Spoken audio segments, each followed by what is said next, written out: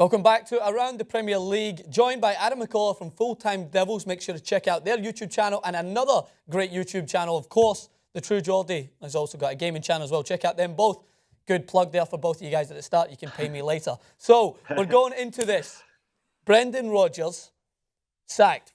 For some people, this is saying, fucking finally. This has been taking forever. We need to get rid of him. Some people have got a little bit more light-hearted and felt that he did a good job at Liverpool. But I'm going to throw to Adam first. No love lost between Manchester United and Liverpool. What's your take on this?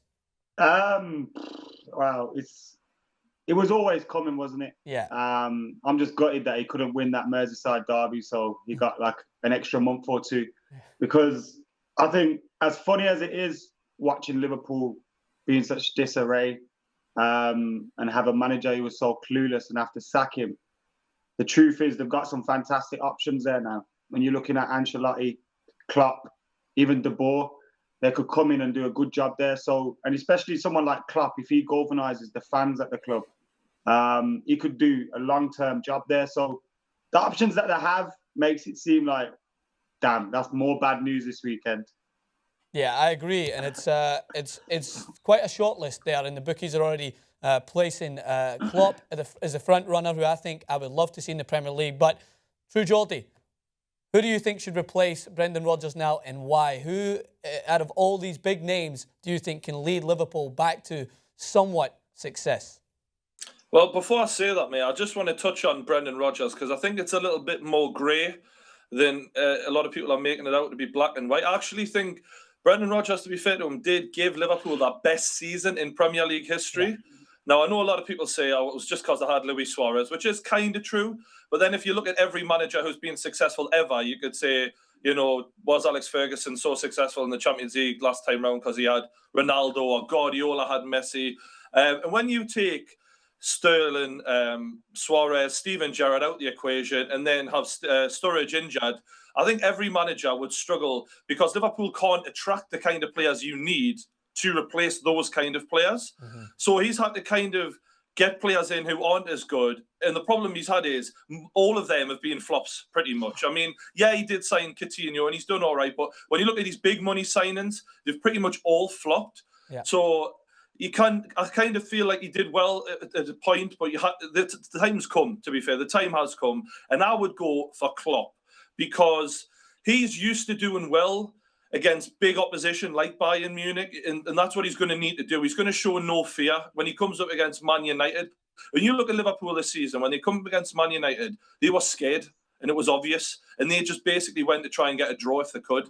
That is not what Klopp will do. Klopp will show Man United no respect, and he'll go in there and go for it. If they did get Ancelotti, arguably they would have the best manager in the league. I mean, he's the only manager. He's got 3 Champions League winners' medals. I mean, that's even Alex Ferguson didn't have that. That's ridiculous.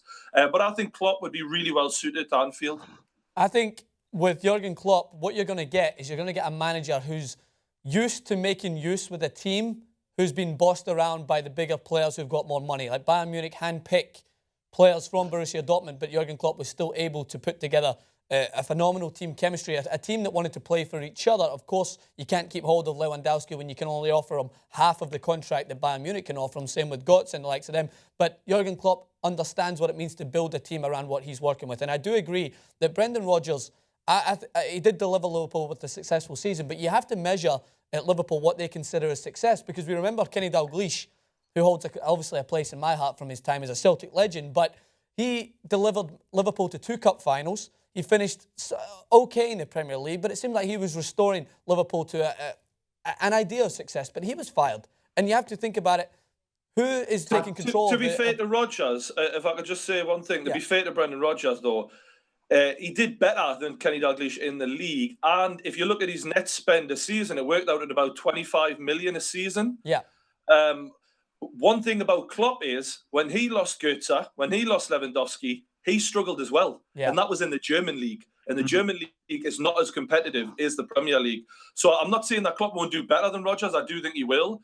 But I don't think it's a quick fix either. I think there's still a lot of rebuilding to be done. With Liverpool, you've got to see that Man City, Man United, Chelsea, maybe Arsenal are always going to be buying and selling at the top. Buying at the top table anyway. Liverpool sell at the top table and they buy at the middle table. maybe sometimes even the table below that, because they can't attract the caliber of players. So regardless of what manager they get in, I think Brendan Rodgers, he was responsible for his own downfall. He started to believe in his own hype.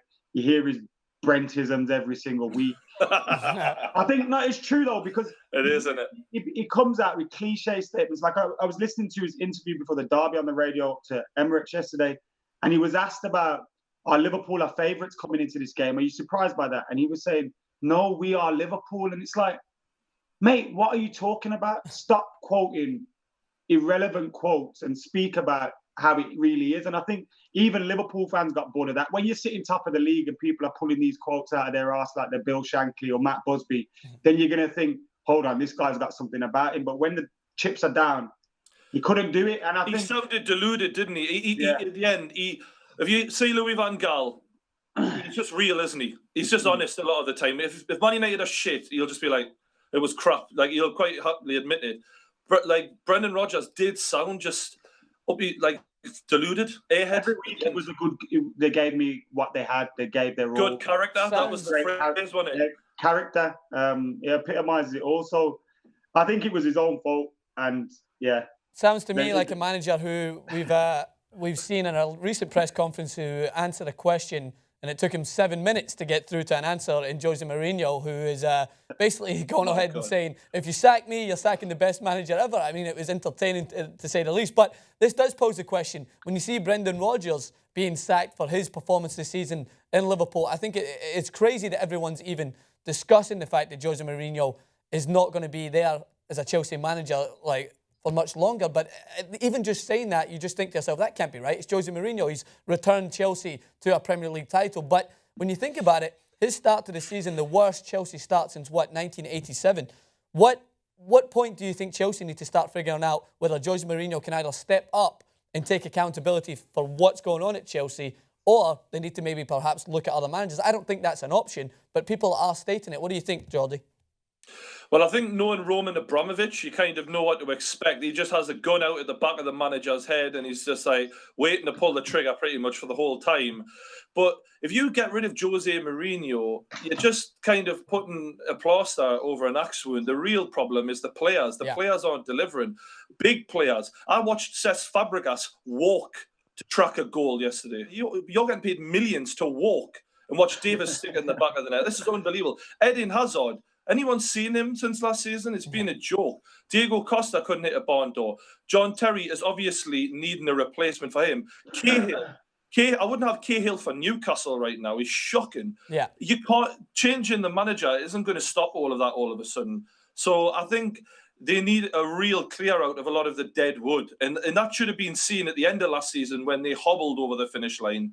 But not enough players were bought, quite clearly. Yeah, I think that when it comes to it, there's certain players there that just don't want to perform anymore and are just riding on their performance last season. Sometimes it's the manager's fault. Sometimes I think in Brendan Rodgers' example, it's a combination of both. He's bought players, as we talk about, the plumbers of the Premier League world, Jordy, when you bring in guys like James Milner, who are there to do a job, but they don't seem to have that star quality that you see in some of the teams that they're trying to compete with. Well, Jose Mourinho's tried everything. I've watched him. At the start of the season, he was blaming everyone. He was blaming the girl doctor. He was blaming the referees. Everyone but the players, trying to protect these players. He's gone through every permutation, and now he's at the point where he's subbing Matic on, he's subbing him back off again. He's trying to humiliate them. He's tried bollocking them. He's tried rubbing that little heads better. He's tried everything. It's not working. What do you think? This is why I didn't want him at Manchester United. I think when things are going wrong for Jose Mourinho, he turns into this. I don't know what it is. You just wouldn't want him on your side. And I think you see him in the press, how he acts, and you see him on the sidelines, how he acted with the doctor, with his physio. And it's just, I think he makes more problems for himself. Also, he doesn't know how to deal with change. John Terry is one of... I can't stand John Terry. I hate him. But if you were a Chelsea fan, John Terry is going to be one of your idols. He's going to be one of your best players over the last 10 years. And he's kind of just pushed him out of the team. And that, to me, suggests that he's got a problem handling his players, handling his staff around him. And he's also, like, in the past, turned on fans and stuff as well. And I think he's very destructive at times. I don't know how he's come back into this job. Well, what promises were made to him by Roman Abramovich for him to come back into this job, and then it seems like nothing's changed. Because last season, everyone's saying Chelsea, they've built this squad, they've built this team. Jose Mourinho's a genius. He comes in, takes a year and builds it. But now all of a sudden, you're looking at a team that hasn't got a defence, and it had the best defence last year. I think it's partly to do with players, partly to do with management, but I think there's a lot of different things going on at Chelsea at the moment. And it all comes down to Jose, in my opinion. Yeah. Well, we want to know what the fans think. We've had our say here. We want to know what you guys think about Chelsea. We want to know what you guys think about Liverpool. Brendan Rodgers, of course, moves on. Who will replace him at Liverpool? Is Jose Mourinho perhaps walking a narrow path to suffer the same fate as Brendan Rodgers? Let us know in the comment section below. As always, go over to the Full-Time Devils. Plenty more stuff from Adam and the team over there, which is awesome. And True Jordy, of course, check out his YouTube channel and his gaming channel. And subscribe to TYT Sports for more around the Premier League.